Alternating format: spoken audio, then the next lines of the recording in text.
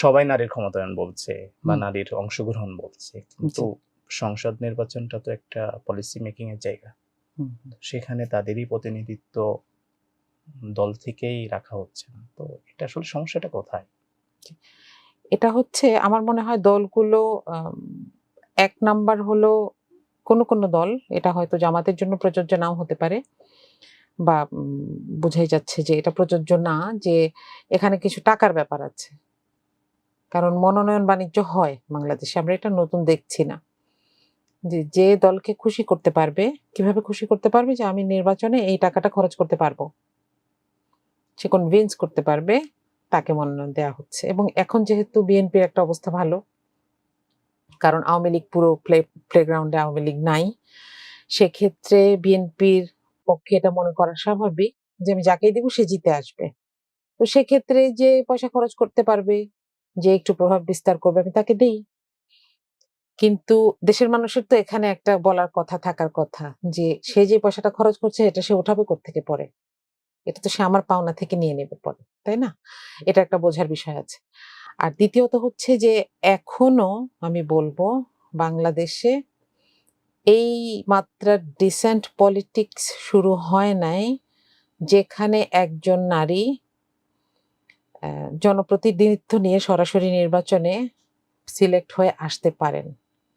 কারণ দীর্ঘদিন ধরে আমরা নারীকে একটু কম বুদ্ধির মনে করে অভ্যস্ত হয়ে গেছি। এটা শুধু আমি বাংলাদেশের কথা বলব না। আপনি আমেরিকায় দেখেন, আপনি ডোনাল্ড ট্রাম্প আর হিলারি ক্লিনটনকে কমলা হ্যারিস ছিলেন। হ্যাঁ, কামালা হ্যারিস ছিলেন।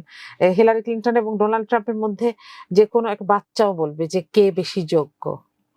কিন্তু ওদের মতন দেশে 50% এর বেশি ভোট কে পেলেন? Donald Trump. এটা ওদের একটা পার্সেন্টেজের একটা ব্যাপার আছে।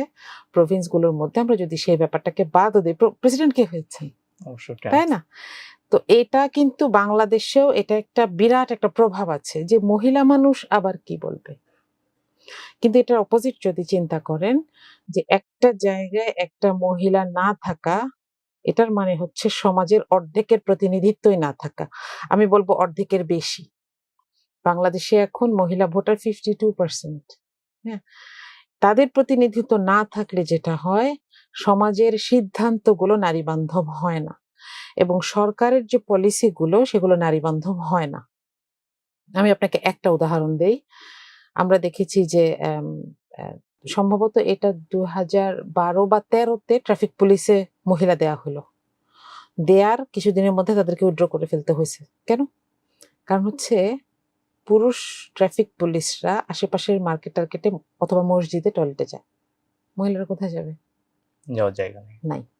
তাহলে এই কনসিডারেশনটা, আমি বলছি না এখানে যে মহিলা পুলিশ দিতে হবে, এটা আলাদা ব্যাপার। কিন্তু এই কনসিডারেশনটা নীতি নির্ধারকদের মাথায় আসে নাই। তো এখন আমি যখন না বুঝে প্রতিনিধিত্ব এনশিওর না করে আমার নীতি নির্ধারণী পর্যায়ে মহিলাদের উপস্থিতি এনশিওর না করে একটা পলিসি বানাবো, সেটা এরকম অ্যাবসার্ড হবে। এবং এটা হয়ে আসছে দীর্ঘদিন ধরে। হ্যাঁ?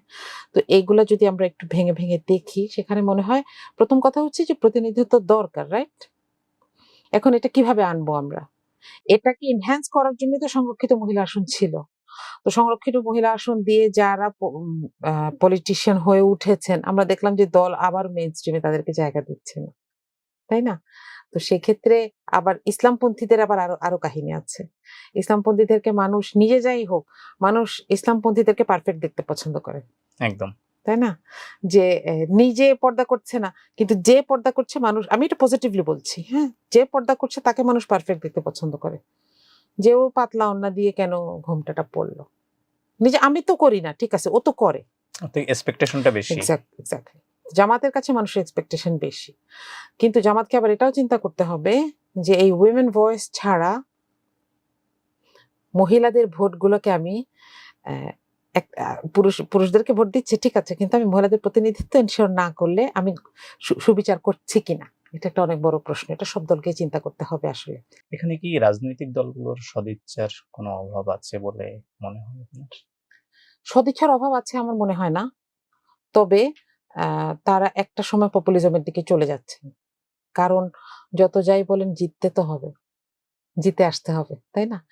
আসনটা দখল করতে হবে, সংখ্যায় বাড়তে হবে, নইলে তো মেজরিটি হওয়া যাবে না, তাই না? তো এই যুদ্ধে নারী হেরে যাচ্ছে। কিন্তু দলের পক্ষ থেকে আসলে আমি মনে করি যে মাত্র আর কয়েকটা মাস আছে।